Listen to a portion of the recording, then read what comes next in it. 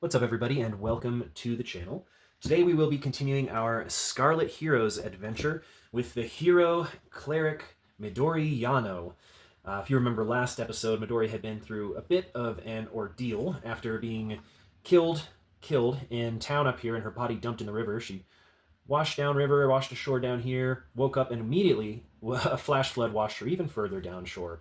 And it was there that a sort of a self-exiled wandering bugbear named Sarkene, who had left her tribe, of course, female Shu, whether they're goblins or bugbears or orcs or hobgoblins, are treated as chattel. So she was not having that. She decided, I'm going to escape from my tribe. And so she's been out living in the wilderness on her own. But one day, this body washes up of this pathetic looking little human onto some rocks near the river. And when she is approaching this pathetic, frail looking creature, ready to just kill it and take whatever it has, this little creature wakes up and starts coughing up a bunch of water and is just so pathetic that Sarkene sort of feels sympathetic. And obviously, Sarkene is not like other Shu. She's a little bit more humane. The Shu are a very tribalistic, very violent, very militaristic, might makes right sort of culture, and like I said, all females are treated as chattel, so she's got a big heart for a big old bugbear. And anyway, so she decides not to kill Midori. Midori and Sarkene start to look at each other. There's a language barrier, so they can't communicate, but they each manage to introduce themselves and say who they are. And so they've built a little bit of rapport, but then suddenly suddenly an ogre comes stomping down the river.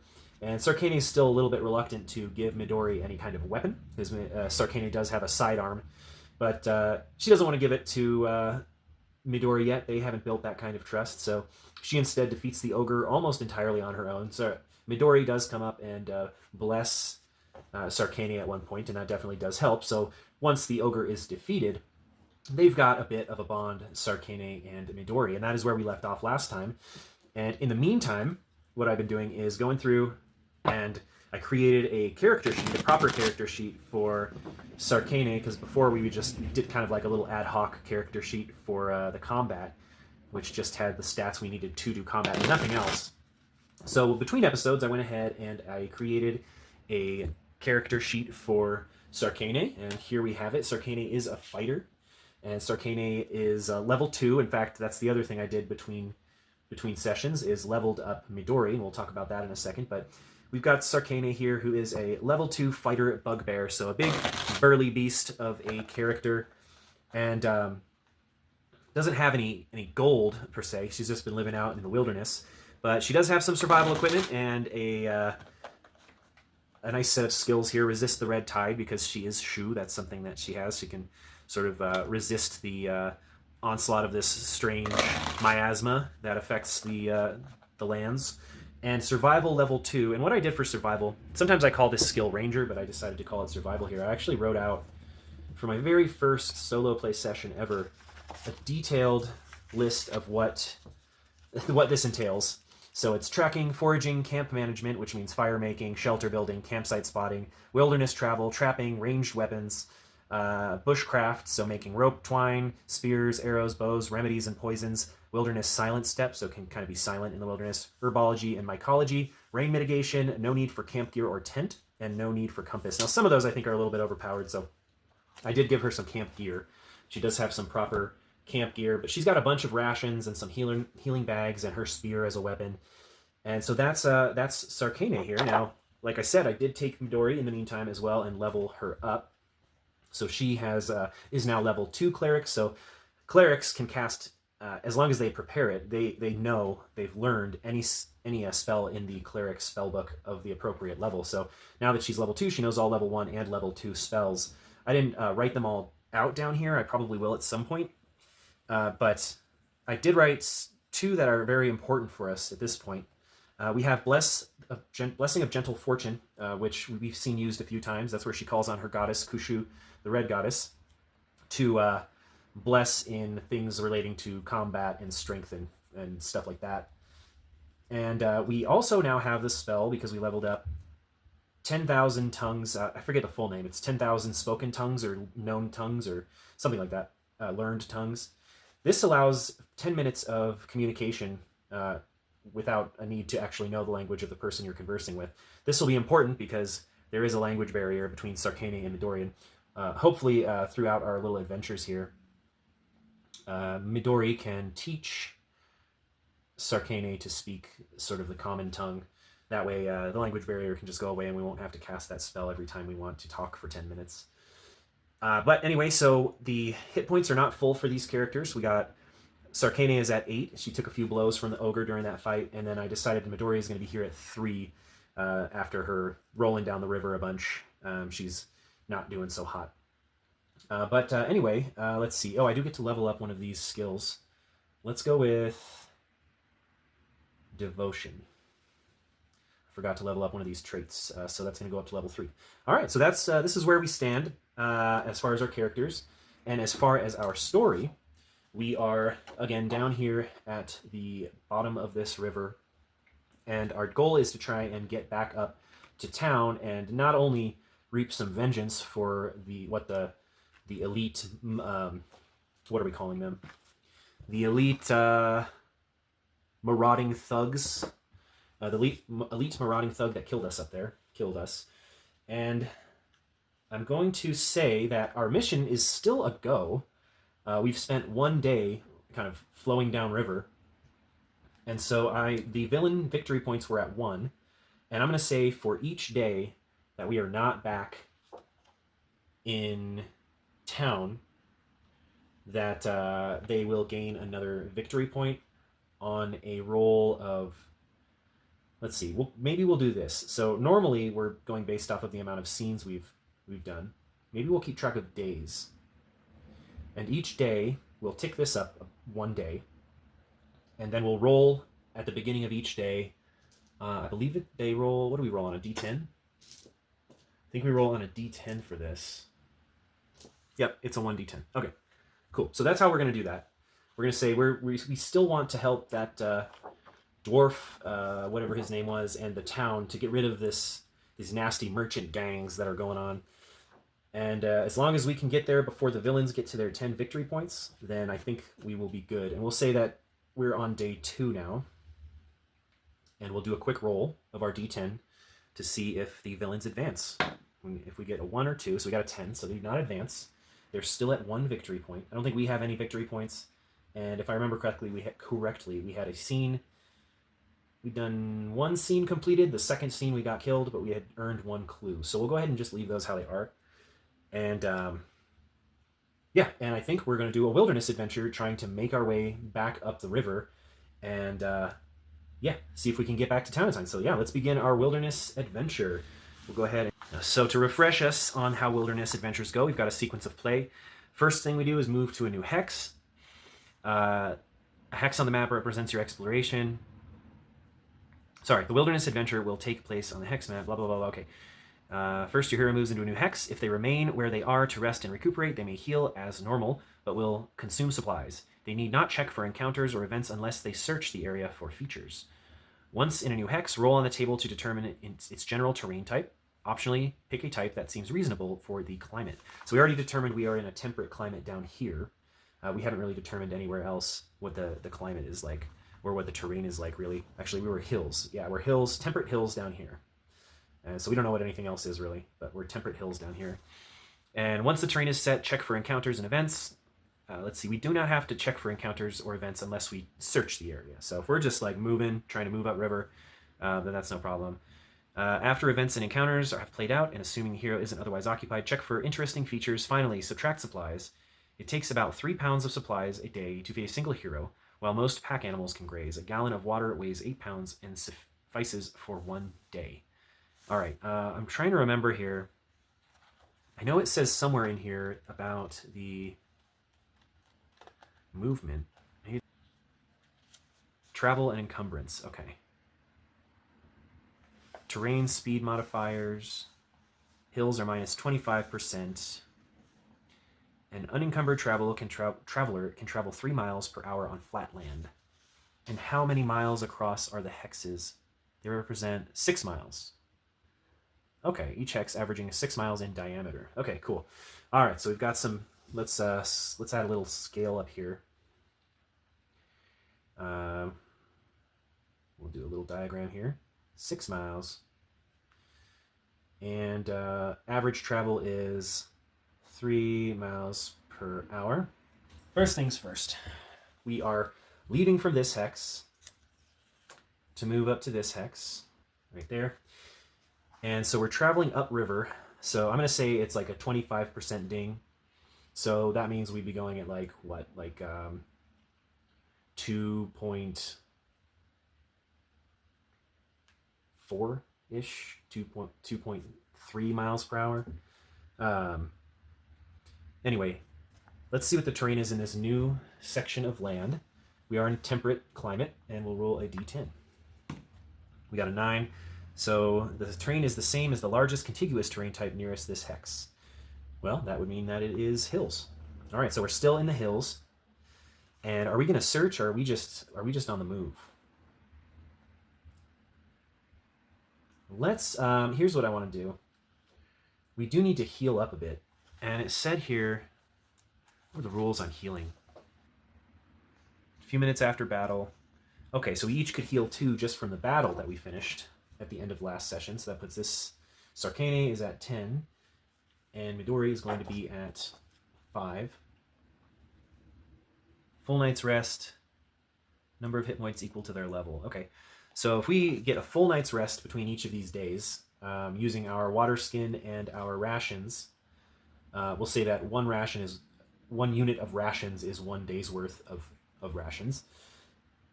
So theoretically, each night we can each heal up to 2 more hit points. Okay, so we'll keep that in mind. I think we're going to, let's keep track of the time. So we're going at 3 miles per hour. We'll say 2 miles per hour along this river. And we're going, each hex is 6 miles. So it took us 3 hours to get across this hex. So let's keep track of our hours here. So we've done 3 hours of travel to get here. Let's travel up another section of the river. And so that's going to take another 3 hours. Actually, we need to roll on the terrain type. 6, which is forest hills. Forest hills. And if we remember correctly, forest hills are going to ding us a bit on our travel speed. It could go either way. Is it heavy forest or light forest? Forest hills. I guess we're just going to say it's the same. That makes sense since we're going along the river, right? It sort of carves a path through the forests. And so that is 6 hours of travel. Let's travel again. We're just going to keep going along the river, and we'll travel over here. And so let's make some marks so we know these are hills. This one in particular is hills with some forests. And then what are we at here? 4 is going to be light forest, so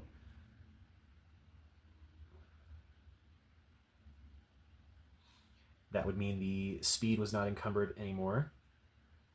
So another 3 hours of travel. So we've now traveled for 9 hours. So we're getting close to evening time, I think. Let's go ahead and rest up for the day, which will advance our day timer to 3. Reset our hours, and heal us both for 2. 7 and 12. That'll make Sarkene full health. All right, and a new day dawns, and we're going to roll on the villain victory points. So we roll our d10. Where'd that d10 go? There it is. 6, so they do not advance. Let's keep these over here. And we can move on. All right, we'll move on to this next hex right here. And we're going to roll for the climate, or the terrain type. Swamps. Okay, so now we're in the swamps.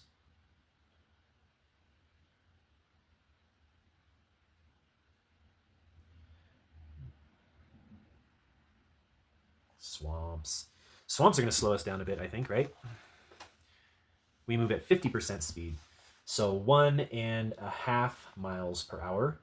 So to get across would take 4 hours. To get across this hex would take 4 hours. And let's go ahead and explore for features now. Let's have some fun here in this hex and roll on some stuff. So first we roll on the events. Sorry. First, once the terrain is set, check for encounters or events. Okay. Roll a 1d6. If the result is 1, your hero has run into an encounter and should roll it on the relevant tables in the Bestiary chapter. Okay. So we need our d6. We rolled a 2, so we do not have an encounter, and then we roll a 1d8, and if the result is equal or less than the event threshold, okay, you run into an event. So we want our event threshold. We'll keep that down here. Just put threshold. Or maybe we'll put event th.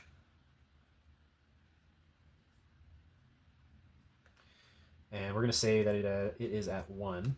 But let's roll our 1d8 first. 2, okay. And if the result is equal to or less than the event threshold, you run into an event.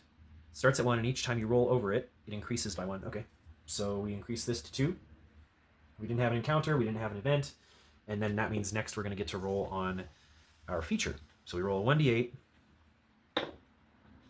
and we have, again, our feature threshold.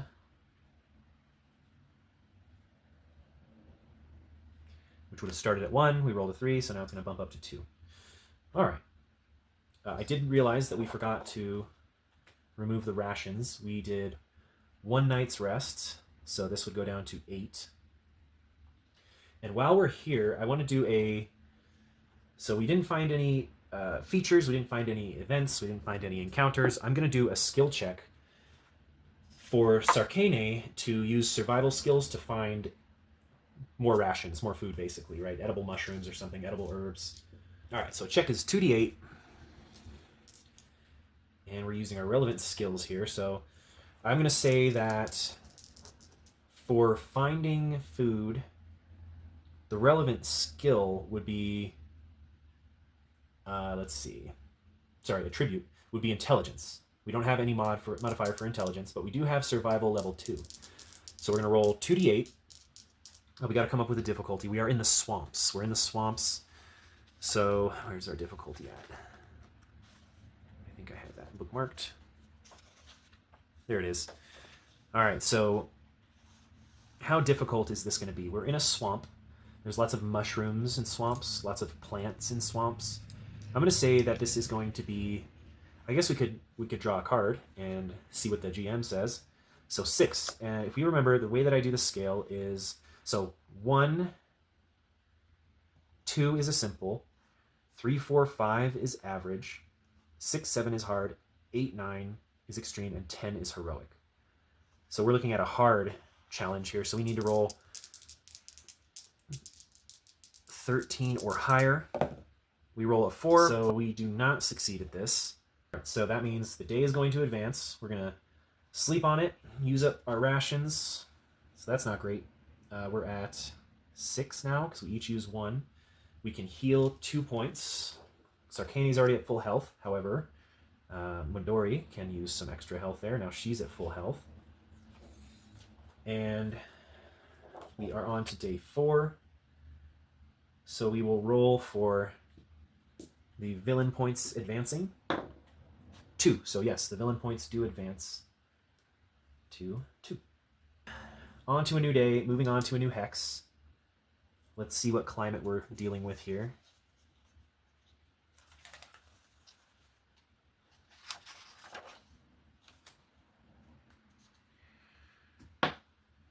Two, which is plains. Okay, so we're moving at 100% speed. So now we're on plains, so we'll just leave the little scribbles blank on this hex. So we can move at a full 3 miles per hour. It would take us... I think first we're going to see if we decide to search for rations on this area. That's going to cost us the whole day because, at least in my mind, if we're going to be searching the area, that counts as like looking for a feature. So we have to roll for an event, we have to roll for an encounter, and it takes the whole day. It might be a better choice just to move forward a bit. So let's go ahead and move to the next one. That's going to take us 6 miles per hour, or no, 6 miles across, 3 miles per hour. So it takes us 2 hours to get across. We'll go ahead and move up here, roll for our terrain type. We got 9, which is same as the closest contiguous. And so far, everything's been the same. But anyway, the closest to this is plains, so we'll say those are plains as well. Just put dots so that we know we actually charted this territory. So that's going to take us 2 hours. Let's move on to the next one. Roll for the terrain type. We got 1, which is plains again. That's good. And that takes us 2 hours. So we're just following the river all the way up. And we roll a 9, so that's going to make it plains again.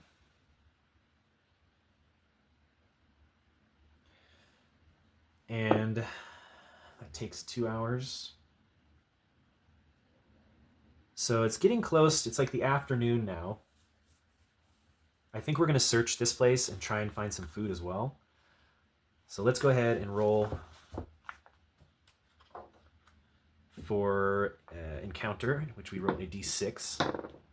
And we rolled a 6, so no encounter. We roll a d8 on our event threshold, so no event. Goes up to 3. And feature threshold, no feature. That goes up to 3. And we're going to go ahead and do a check for, oh, I just put this back up here. A check for some herbs or plants that we can eat. And we'll determine difficulty. We're in the plains, so it's probably going to be a little difficult. Yeah, 7. So 6, 7, 8, 9, 10. So this is going to be a hard challenge. We're rolling 2d8 plus 2 to reach 13 or more. We rolled 7 plus 2 is 9. So again, we do not find any edible anything, which is going to... Oh, we got to search for a feature. Wait, we already did that. Okay. So yes, that means this day is over. We're going to eat up our rations. We're now at 4 rations. And we're safe since we're along the river. We've just been drinking the river water. I guess we could have a dysentery or a Giardia mechanic. We'll just say no for now. We'll say that that's part of the survival skill. In fact, I might have had that on the list. I don't remember, but you can drink wilderness water and not get sick or whatever. All right. Moving right along. Let's head up the river again on our day. Oh, we forgot to roll for the villain victory points. 10. Okay, so they do not advance in a victory point. We already increased that. And roll now for the terrain type. 7 is going to be hills. Okay, more hills. And they are 1.5 miles, or 25%. So 2.4 miles per hour. So we're going to say 3 hours to get across the hex. And we'll just keep moving. We're almost to town. And now we're on this one. Let's see what the terrain type is. 4, which is light forest. So now we're going to be moving at, I think, what was light forest? Like 50%? Or no, 25% as well. So that would be 3 hours to get across that hex. And now we can see smoke from town. Like we can kind of see that town is just up the way. We can see around this bend. So we're just going to skip over to here and see what the terrain type is over there. 9. And that means contiguous, so we'll just do the forest. And before we get to town, let's roll and explore this area real quick and see if there's anything cool here. Let's see if we have an encounter. We do. All right, so we have an encounter. Let's start there. So let's go ahead and roll our d20 on our wilderness encounter.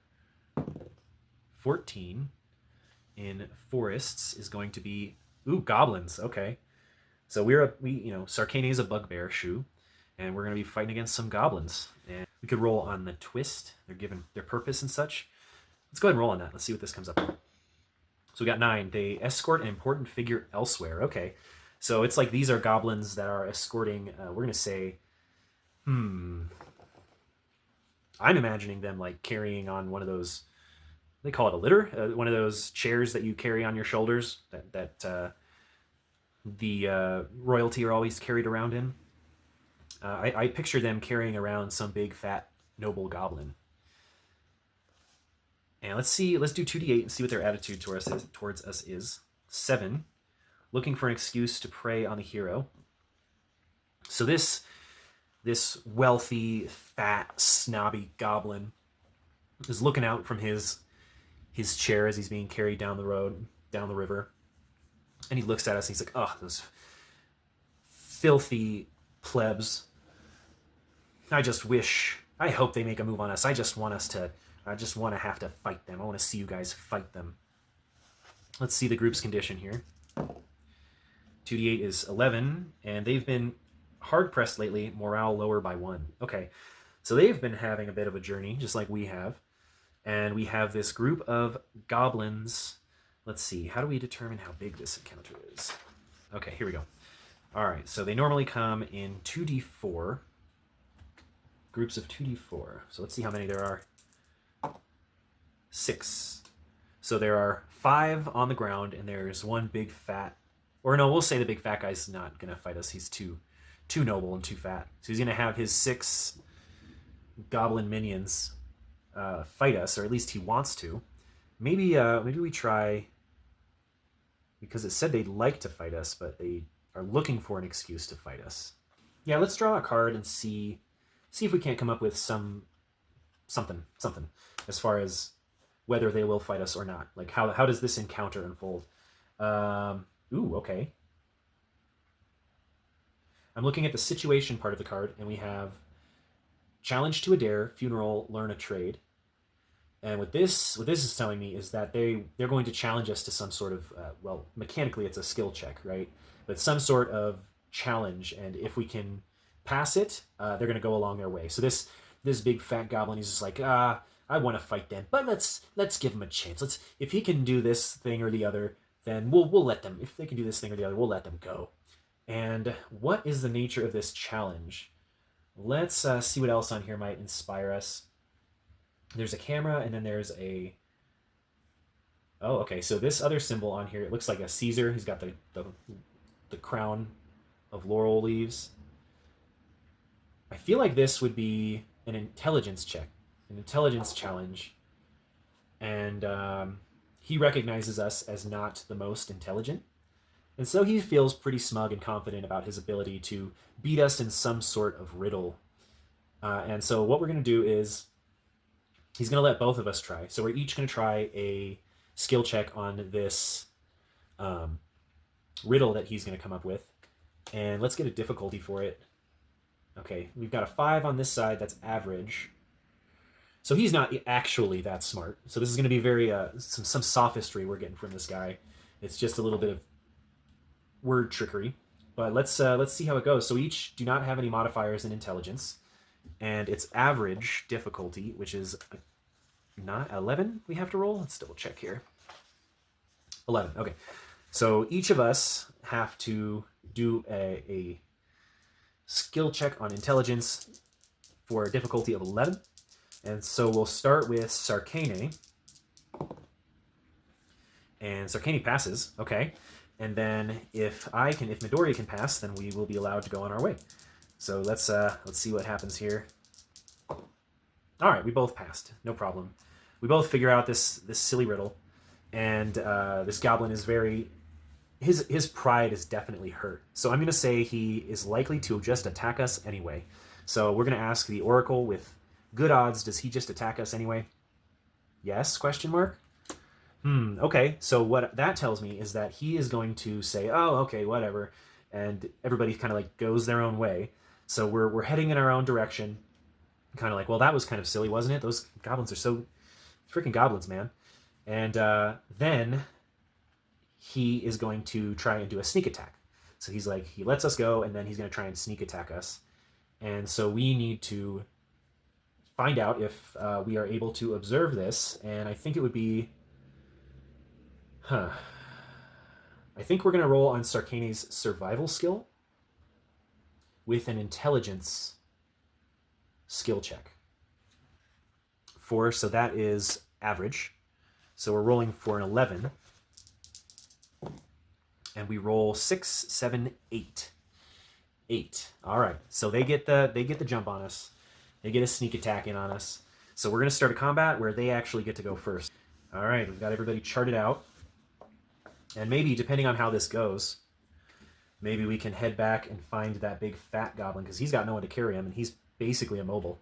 So maybe after this, if we're successful, we can go find that goblin and steal everything from him or something. I don't know. It could be cool. All right, let's go ahead and get into some combat. Now, like I said, they are going to get to go first. And so let's get a sort of illustration here of the layout. We have our 3 goblins, or sorry, 6, kind of like coming in like this to try and sneak up on us. And we're like right here and right here. So this will be Sarkene, and this will be Midori. And so we'll have these 3 goblins be attacking Sarkene, and these 3 attacking Midori. And we'll alternate this way. We'll go A, D, B, E, C, F. That way they're sort of evenly attacking. And we'll say, actually, let's say this, to keep in line with the awesome heroic nature of Scarlet Heroes and how heroes always go first in combat. We'll say that just one of each, both Midori and Sarkene are going to be attacked once by Goblin A and Goblin D respectively, and then we can do our attacks. First we roll our d20, and then we add relevant tributes and armor class. So they are rolling that 18, and this is the one that's attacking Sarkene, +1, +7 for Sarkene's, +7 for Sarkene's armor class. Well above 20, so the hit lands, and they do 1d6 minus 1. So 5 minus 1 is 4, and if we look at our die rolls here, 4 would be 1 point of damage. Sarkene's been hit for 1. The other goblin is going to attack Midori, and it rolls a 4. 4 plus 1 is 5, plus 7 is 12, so that's a miss. All right, and this is where now Midori and Sarkene are going to flip around and do some combat. And I think the one with the highest dexterity is going to go first, so that's Sarkene. And Sarkene is going to attack Goblin A. She rolls a 3. 3 plus 4 is 7, plus the Goblin's armor class of 6 is 13. That's a miss. All right, and then we still get to roll fray die, because they are all 2 or less hit dice. And she rolls a 1, which is no damage. All right, so Sarkene's caught off guard, takes her spear, and then tries to swipe it at the goblin that slashed into her back with his little light sword. And it just swings right past as the short little goblin ducks down. And now it's time for Midori, who... we didn't have her memorize any spells. Let's say she memorized both. Yeah, let's say that. Okay. Midori is going to roll to attack. 7 plus 1 is 8, plus 6 is 14. That's not a hit. All right, so now B, E, C, F. Now we'll just have all 6 of them go. So they just got that one little bonus round. All right, Goblin A is going to attack Sarkene. Rolls a 15, plus 1 is 16, plus 7, so that's a hit. And he's going to roll 1d6 minus 1, which puts him at 1, which is no damage. All right, now we'll have D attack Midori. Rolls a 1, that's a critical miss, but I don't think that does anything for...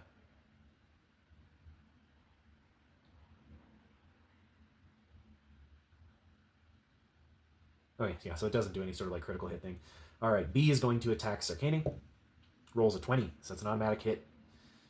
1d6 damage, so that's a 5, which is going to be 1 point of damage. So this little goblin is running around Sarkene's legs, jabbing up at her thighs with his little sword. And E, I actually don't remember if goblins are very short in this lore. Okay, rarely clear 5 feet in height. Anyway, that was B. Now we're looking at E is attacking Midori. 17, yeah, that's going to hit. +1, +7. All right, then damage done is 1 damage because it's 6 minus 1. So this other little goblin, these little goblins are just coming up with their little swords, slashing at us, just kind of running around us, being all crazy. And now the goblin C is going to attack Sarkene. 16, +1, +7, that's going to be over 20, for another 1 damage. All right, man, they really are, they're slashing up her legs. And let's see. Oh, you know what we forgot? Midori didn't do Fray die. Okay, Midori rolls a 5 on Fray die, which is 1 point of damage. And we'll say that she kills the one goblin we have not rolled for yet, F. Which I don't think this one goblin dying is enough to make them do a morale check. We'll just say that it wasn't. But anyway, so as this other little goblin stabs her leg, she's able to swing her sword, or she's got like a machete style sword, so like a short blade sword. She swings her machete and lops off one of the goblin's heads, and so he's toast. All right, that brings us back to Sarkene's turn. Come on, Sarkene, let's get a nice big hit. All right, 19 +1 is 20, +7, or +6 is 26. All right, so now we're going to roll 1d10. Where's my d10? Oh, there it is. 1d10. All right, 1d10. 1. And then I forgot, Sarkene's Fray die are actually a d8. So now she's going to do her Fray dice. Rolls a 4, which is going to be 1 point of damage. So although she uses her spear, she misses the one that she's going to as she swings it back and hits the one that's behind her. And his skull gets crushed by the back end of the spear. And that would be, we'll say C. And so now that they've received some damage, first we'll have Midori roll her attack, and then we'll do a morale roll for these little goblins. All right, Midori, come on. 12 +1 is 13, +6 is 19. Not quite. She does get to roll her Fray die, and rolls a 3, which is enough for 1 damage. So although she misses the one goblin, another goblin is struck down as the blade swings by. So that will be E. And now the goblins are going to do a morale check. And let's just refresh ourselves on how these morale checks go. It's over in the combat section. Morale. Oh no, it's at the beginning of the Beast Street chapter. All right, so we're rolling 2d6. If the roll is higher, the creature breaks and will seek to escape the fray. All right, so they have a morale of 6. So this is I'm going to say a lot of goblins are going to be running away in a second. All right, so we rolled 7. So yeah, every single... Well, should we roll for each one? Yeah, let's say that's for A. So A flees. Like do a little arrow. D does not flee. D hangs out. And B runs away as well. And so I don't think that D realizes it right away, but suddenly D looks back and he just sees all his friends are running out, and he turns around and there's Sarkene coming down with her spear. And he's going to try and attack her first because it's his turn. 15 +1. Okay, so he is able to take his little sword at this giant bugbear and sticks it right into her gut. Does 1 damage. Wait, we don't know how much damage she did. 4. -1 is 3, so yeah, that's going to be 1 point of damage. But Sarkene is still coming down with that spear. And 15 +1 +6 is definitely a hit. And we roll d10. 7. All right, so 2 points of damage. So this goblin gets just totally skewered. And she lifts him up into the air and flings him towards the guys that are running away. And just for fun, I'm going to see if the other goblins that are running away get hit by this this flung goblin corpse. And we'll say it's a dexterity roll, so we only get +1. 19 +1 is 20. All right, so let's see. A flung corpse. How much damage would a flung corpse do? Let's take a look. How much damage would a flung corpse do? This is the kind of question. All right, so I feel like it's between a sling and a bow, right? So we'll do 1d6. All right, so 1d6. We roll a 4, which is 1 damage, so that's enough to kill one of the goblins, and then the last one runs off towards the goblin noble. Or maybe he probably just runs off. He's not going to the noble, dude. He can't carry the noble on his own anyway, so he just runs off home. And this is where we need to decide if we're going to go talk to this goblin noble. But I think first we're going to quickly roll up some treasure. So they have H2, and we have the bodies of 5 of them. H2 is Scuffy Bandit's Purse, so 1d6 gold points. All right, I'm going to use my dry erase here to keep track of this. So 1d6 gold times 5, so 20. And then we do 25% of 1 cheap jewelry times 5. So cheap jewelry is going to be 1d10 times 10. So that's 30, 25% of 30 is what? That's like 24, 20, 23-ish. Let's say 20, we'll round it to 22. Let's see, we get, then that times 5, so that's 110 rather. 110, and then 5% of 1 costly jewelry. Costly jewelry is going to be 1d6 times 100. So let's try that. 3, so that's 300, and 5% of that, let's see, 10% would be 30, half of that would be 15. So 15, and I think that's it. Yeah, so 145. And we'll just keep treasure communal, and Sarkene will be carrying it. So we finally have some gold back. That's pretty cool. And now we can go see what... Let me see what time it is, actually. Okay. I think we'll actually call it there. And I'll make a note here to, let's see, note.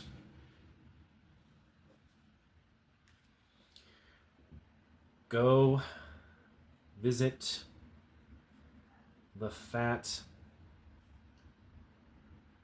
Goblin Noble. All right, so it was a little, I mean, it was a mostly uneventful, oh, you know what we need to do? We also need to roll for events and features. Right, so let's just quickly roll on those. Those are D8. So the event threshold is 3, so 7, so we don't have an event, and the feature threshold is 3 as well. So we do find a feature. All right, so let's go ahead, let's finish this up and do the feature. So this is going to go to 1, and this is going to go to 4.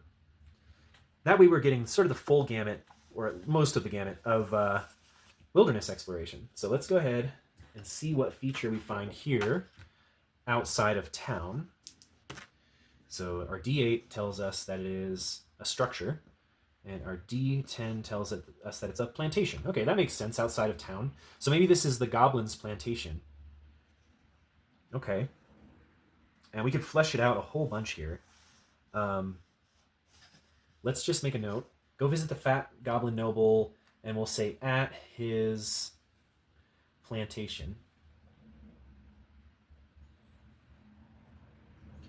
And I'm going to put a note here that this is the feature. So if we'd like to, next time, we can go and explore the plantation that exists. So I'm just going to go like this. And we'll put a little building here.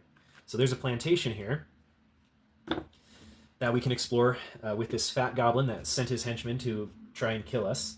And maybe sort of see what unfolds with these goblins before we head back to town and get reap our other vengeance. We just got vengeance on top of vengeance piling up here. But yeah, I enjoyed this session. Hopefully you guys did too. Let me know what you thought down in the comments. And like and subscribe for sure. And I look forward to our next session in Scarlet Heroes. Take care.